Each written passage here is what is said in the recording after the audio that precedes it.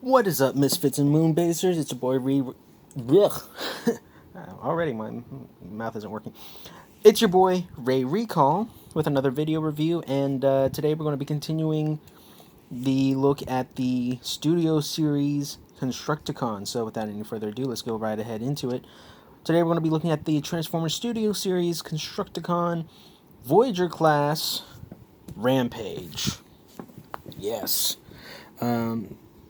So this is going to be the Rampage, who this figure is actually pretty interesting because in the movies, or in the movie, Rampage was red in the scenes that we saw Rampage, except for whenever we looked at the toy series, we had a deluxe class Rampage who was bright yellow, and in the two Devastator combiners, the little Legion class, or the little, whatever they were calling it back then, the little mini one and the over the top big one, Rampage, was yellow.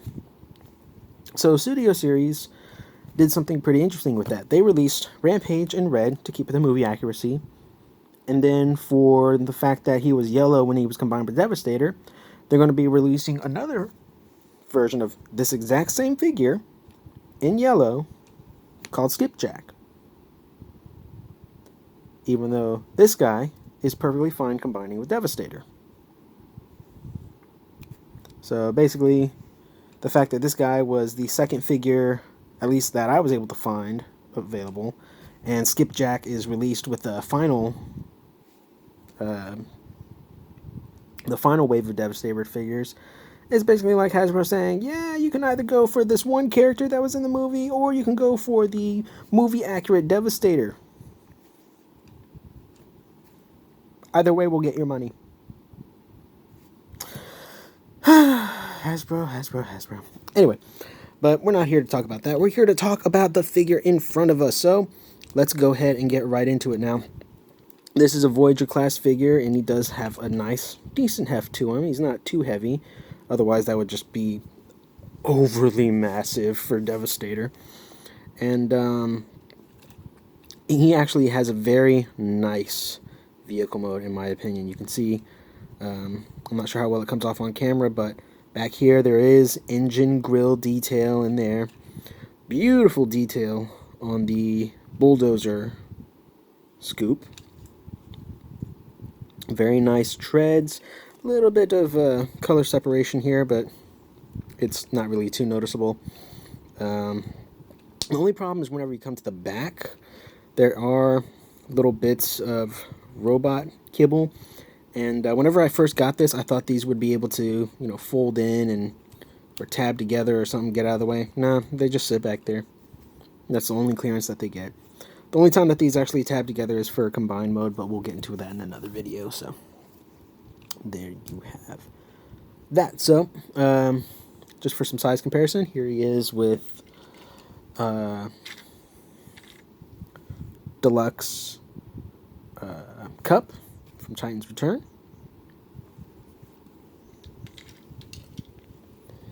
And that will be that for now. Some other things that I wanted to point out was that he has some very nice deep blue tint on the windshield going all around. A lot of nice molded in detail. You can see that there's supposed to be like a door on this side or something like that. And it's really nice. And there's not really a lot of clearance issues with this either. He's got two of these little caster wheels and this little ball, but it does allow him to roll pretty decently, and like I said, there's hardly any clearance issues with him if you've got everything set up right. So yeah, anyway, let's go ahead and get into robot mode, and as I said in my first video, we'll be doing a look at the combined mode and how that works with all the other components at a later point. So to get started, what you want to do is you want to come here and untab, where was it? Come down here and untab the bottom of these treads. just like so. Next, we'll take this, pop this out, and put it to the side for now. Yes, it's a little bit of parts flooring, but it is kind of vital that that piece is included for several reasons. We'll only be able to get into one of them right now, though. Next, you're going to come right here, take this, and cause this to move the ball down. It just clicks into place, not very far, but trust me, it does do stuff. And now with the treads out of the way, we'll be able to work with these. So you come to these components here, and you want to unhook them from this section here. This kind of hooks in, while at the same time rotating this bar towards the bottom. Now with this little panel, you can just take this, push that back. Easy. And you want to do the same thing for the other side. Just like so. Next, if it hasn't already done it, take the arms and untab them. The tab for the thumb, or what will become one of the fingers right here, tabs into a little slot right there. So take the arms, bring them out to the sides, and you can lift up the head and neck assembly if you want to do that now. Next, take these little panels here that are on the side and just collapse those in.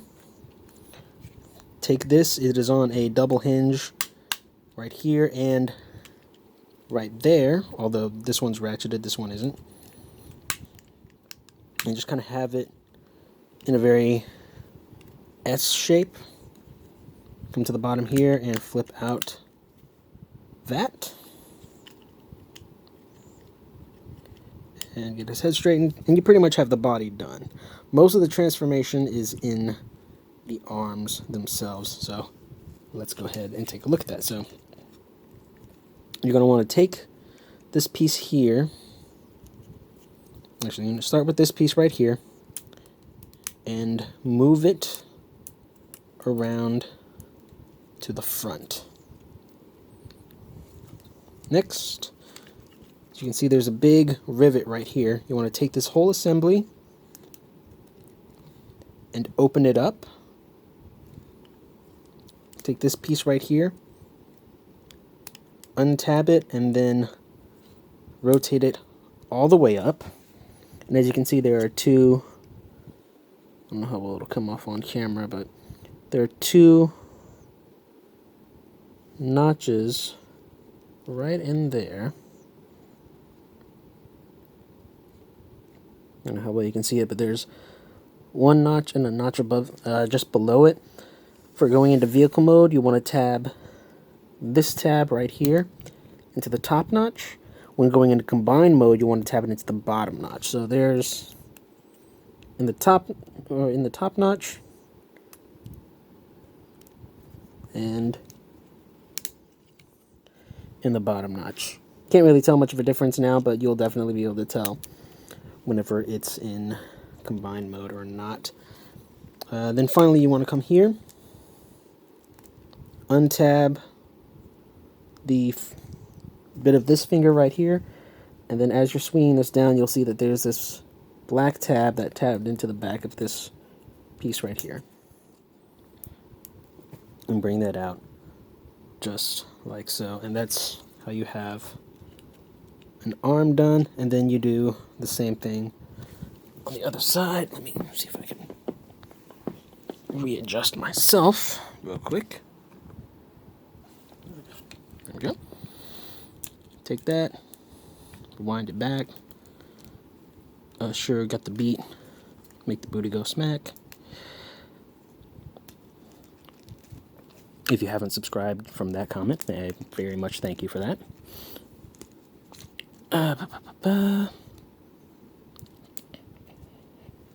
Just kind of get everything looking like a giant creepy hand, like so. And there you have the arms all done. Now, as you can see, he can't stand up on his own, but that's where this piece comes in. So you come to the bottom, flip out that support, and then 5mm port, or 5mm peg, 5mm port, plugs in, and that gives him a foot to stand on. Just like so. And yeah, he's a pretty unique design. He was one of the more memorable designs from the Revenge of the Fallen movie. Let's see if I can elevate the camera a little bit. It might help things. There we go. There we go. Now you can see all of them. But yeah, so he's pretty interesting as a standalone figure. The thing about him is that due to the transformation and the fact that he combines, there's not a lot of articulation. You have the neck armature, which can go down very far, up only about that far. Head is on a ball joint. He can look down, up, and then because it's on the back, he can tilt his head a lot. There is a hinge joint right there that the head itself is on, so he can look left and right a bit, which is nice. You have that butterfly joint right here. It is kind of loose. Arms can do a full 360. They can go in and out about that far. No elbow, no wrist, no bicep. The fingers are on a hinge and they can go all the way around, as well as the ends of the fingers, and that's for these two. And then for the bottom thumb, you have this hinge right here that provides the opening and closing, as well as this hinge right here. And then as for the body, he has two hinge joints. There's one right here, which gives him about 90 degrees bend that way and 90 degrees bend this way. You do have a ratcheted hinge joint right here that gives you over 90 degrees of bend. And then at this point right here, you do have a rotation, but that actually will end up being the ankle tilt in combine mode. You also have a little bit of front and backwards motion here if you wanted. Now there are excuse me. Now there are some accessories with this figure besides the stand. And if we come to the back here, you see the smokestacks for the vehicle mode actually will unpeg from the sides. And if you look at the hands, there's a port that, oops, if you actually get it in there, there you go, that the gun will rest in, like so. As you can see, doesn't really do much in terms of, you know, aesthetics. It's just kind of there, but it's an option if you want to do that. And it's the same thing on the other side too.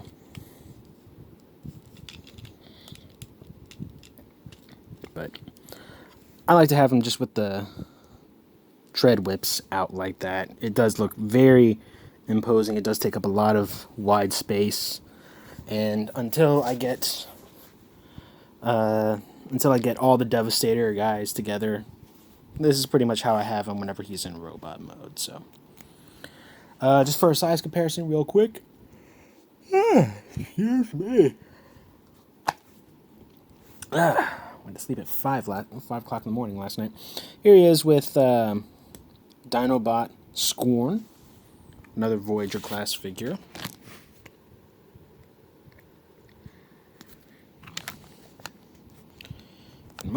Most of Rampage's weight is in his arms. Here it is with deluxe scrap metal. And here he is with deluxe ironworks.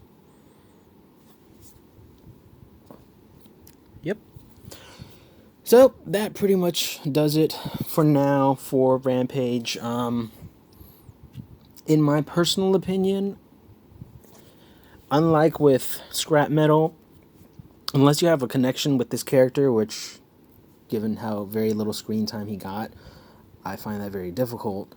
I wouldn't bother getting him unless you were going in for the Devastator, in which case the Skipjack would probably be a better bet because it is more movie accurate since it has the yellow paint scheme and it goes more with the Devastator movie accuracy. I happen to get this guy because I thought this is the one that we were going to be getting, and I just thought that was the Devastator component that we were going to be getting. I wasn't even sure if we were going... Excuse me. I wasn't even sure if I was going to go in on the Devastator, but whenever I got him, I'm like, yeah, you know what? If I see them, I'll pick them up. And it's been over a year since I've got this figure, so who knows? If you want to go in on the Devastator, like I said, I'd probably go with Skipjack instead. Partially because this guy, I'm not even sure if you can find him anymore, except for online. But yeah, Skipjack has the yellow movie accurate color scheme. But if you do want this guy, or if you happen to find this guy and aren't going to try to care about the movie accuracy, he's a fine mold. Vehicle mode is amazing. The combined mode is very sturdy and actually has a bit of articulation to it, which I was very surprised about. But the robot mode is very lacking. It's one of those things, you either love it or you hate it. And I guess I don't mind it, but it really could have been a lot more. They could have at least added like an elbow joint or something like that, or had the guns actually be worthwhile. But I have him for combined mode. That's all I'm going to be using him for once I get the Devastator combiner, all the guys together. So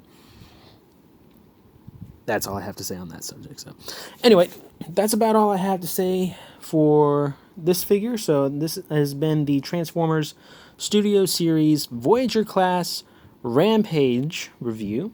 I have been Ray Recall. Y'all have been awesome, and I will see y'all in the next Devastator review. We're 2 down, 6 more to go. So I will see y'all in the next video. Peace.